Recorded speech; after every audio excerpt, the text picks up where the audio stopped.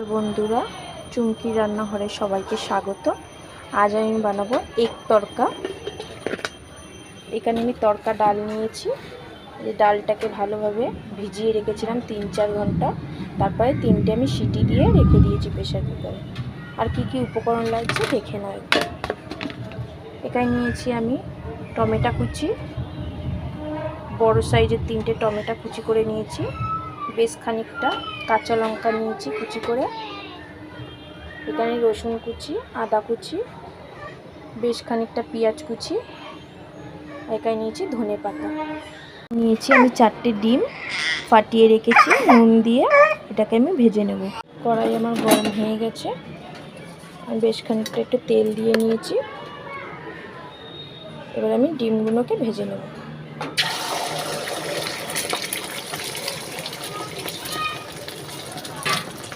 ডিমটাকে ঝুড়ো ঝুড়ো করে নেব।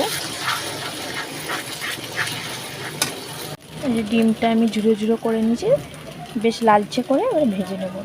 এটা আমার দেখতে পাচ্ছ লাল লাল সুন্দর করে ভাজা হয়ে গেছে।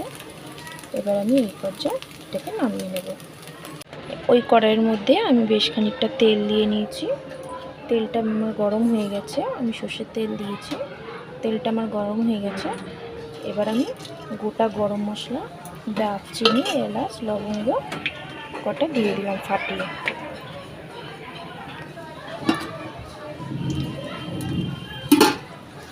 বেশ এগুলো আমার ভাজা হয়ে গেছে।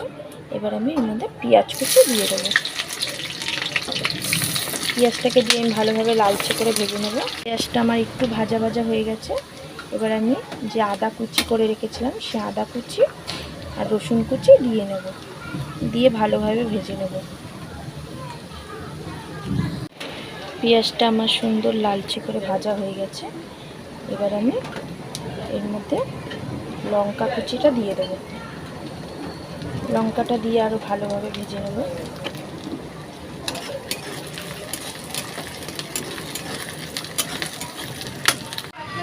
আমার সব ভালোভাবে ভাজা হয়ে গেছে। এবার আমি টমেটো কুচিটা দিয়ে দেবো।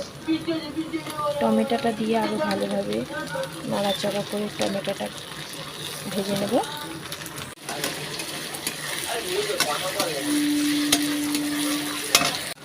আমার এগুলো বেশ সুন্দর ভাজা হয়ে এসছে। এর পর্যায়ে আমি দিয়ে দেবো পরিমাণ মতন লবণ। আমি সেদ্ধ করার সময়ও ওর মধ্যে লবণ দিয়েছিলাম, তাই আমি আমার পরিমাণ মতন লবণ দিলাম। আপনারা আপনাদের পরিমাণ মতন লবণ দেবেন। আর দিয়ে দেব পরিমাণ মতন হলুদের গুঁড়ো। দিয়ে আবারও ভালোভাবে নাড়াচাড়া করে নেব মশলাটা।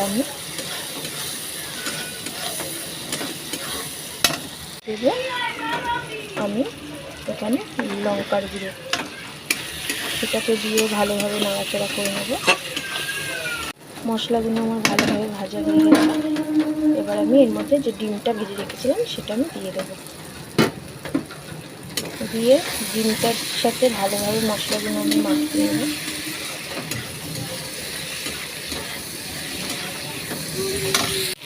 ভালোভাবে মশলার সাথে মিশে গেছে। এবার আমি এই যে তড়কা মশলা, এটাকে আমি এর মধ্যে দিয়ে দেবো। মশলাটা দিয়ে আমি ভালোভাবে কষিয়ে নিয়েছি, দেখতেই পাচ্ছ। এরমভাবে আমি যেরমভাবে দেখাচ্ছি এরমভাবে করে দেখবেন, অসাধারণ লাগে খেতে। এবার যে ডালটা সেদ্ধ করে রেখেছিলাম সে ডালটা আমি দিয়ে দেবো এর মধ্যে। এই যে আমি ডালটা ঢেলে দিয়েছি। আর আমি একটু সামান্য জল দিয়েছি। দিয়ে এবারে আমি ঢাকা দিয়ে রেখে দেবো 5 মিনিটের জন্য। ঢাকাটা খুলে দেখবো তরকাটা আমার কতদূর হলো। দারুণ ফুটে গেছে, দেখতেই পাচ্ছ। প্রায় হয়ে এসছে আমার তরকাটা।